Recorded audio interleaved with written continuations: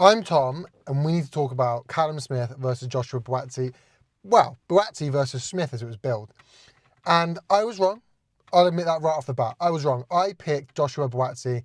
Perhaps a little, I rate Callum Smith, but perhaps a little bit of bias, underrating, oversight, call it what you like. I was wrong. I picked Callum Smith to lose Joshua Buatsi. I just thought the layoff that Callum Smith has had, coupled with the experience Buatsi's been gaining, I thought Smith will still outbox him. Certain skills you don't forget how to box, but Buatsi will take him a place he hasn't been for a while and win. But that's not what happened. What we saw was Callum Smith show that he's still got levels left. And the reason why I knew Callum Smith was a better boxer, and I said this in my prediction video, I said Callum Smith is a better boxer. And I think he'll be winning on points up to a point of a stoppage. But the reason I thought that was Callum Smith was a 168 champion. Callum Smith was a 168 champion. He lost to Canelo, and this wasn't a random, this was peak Canelo. He lost to prime Canelo.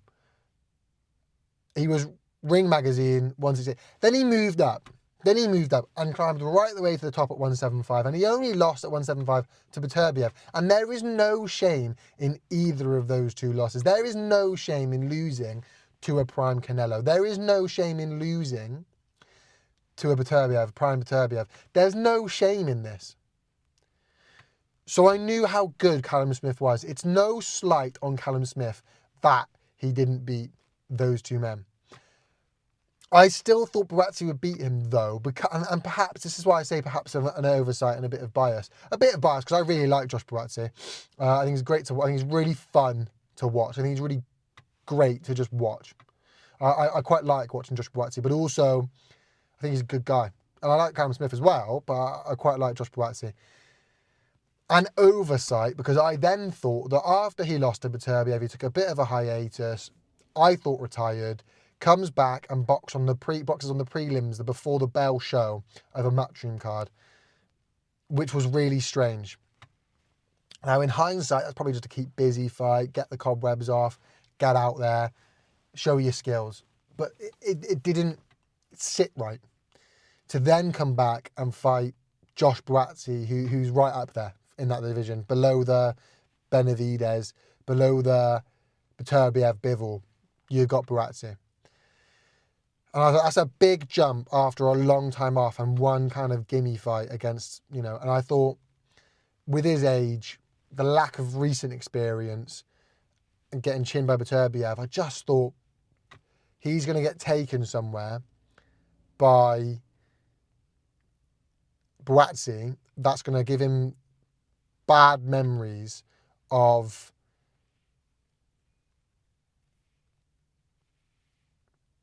the Beterbiev fight. And then he's going to get stopped. Now, what happened was that did happen, and he showed he's got a lot left to give. He showed he's still right up there.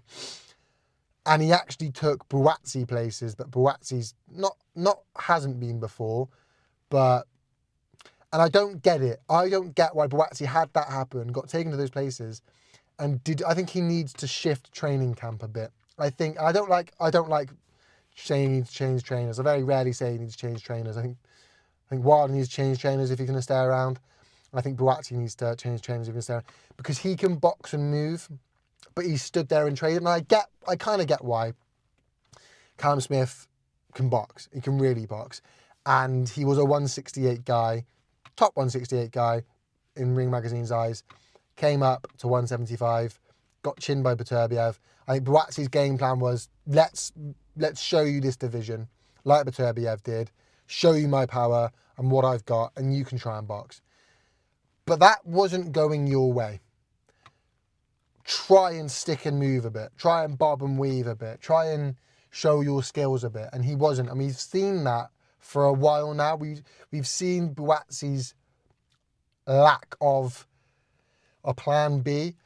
one-dimensional, and it's not one-dimensional in it's easy to predict or beat, but it's one-dimensional in that he hasn't really got a fallback. There's no other way of going around things. So Buatsi will need to change that. But Callum Smith show he's got so much to give. And actually, I think Callum Smith now has a seat at that top table. I think Callum Smith now, look, Beterbiev and Bivol, I actually don't think they should fight each other next. I think they just have one more fight each. I think maybe a Smith, right? I think from their perspective, maybe they should have a fight, because you've never seen a trilogy, like fight trilogy. We've seen back-to-back rematch, but we've never seen trilogy, like bang, bang, bang trilogy, one after the other. And I think there's reasons for that. So I don't actually necessarily think we should see them rematch each other instantly again. That said, time isn't on either of their side. Beterbiev's getting old, Bivol's getting old. They're going to have to rematch straight away. So whilst they're having the trilogy, if I'm Smith, I'm looking at Benavidez. You're both 168 guys that have come up to 175. So I think you go for that. Both of them, they're the next two, right? Buatsi can go fight Yard. Buatsi can go fight Arthur, the winner of that, or the loser of that, whatever.